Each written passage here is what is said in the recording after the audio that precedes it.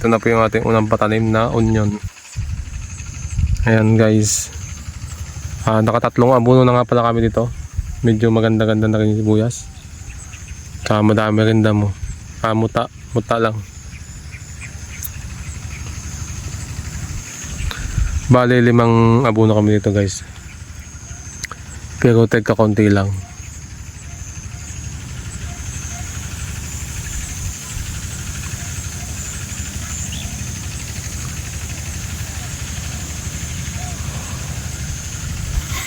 At ito naman po yung aming patanim na una, yung 20. Yan, nakaabuno na rin kami.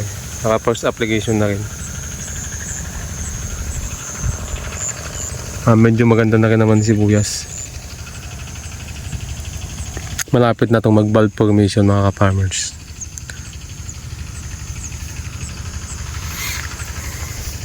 Sana iabutin pa natin yung maganda-gandang presyo na sibuyas para naman makabawi. Mga 1,000 era siguro makabawi din to yung gastos. Yung sa bandang part na yun doon, konti lang ang muta. Dito lang yung madami talaga tong area na to. Madami talaga. Pero ang importante, makaangat yung sibuyas. Maganda naman yung lupa na kalupaan.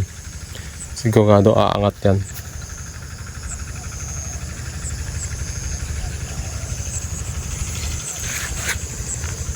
Medyo maganda na rin naman ang dahon niya.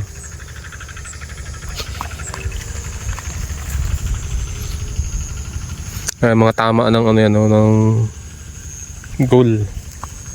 Tanda mo. So yun lang ating update sa ating onion mga ka-farmers. Tagal-tagal tayong walang update sa onion. So yun lang mga ka-farmers. And God bless po.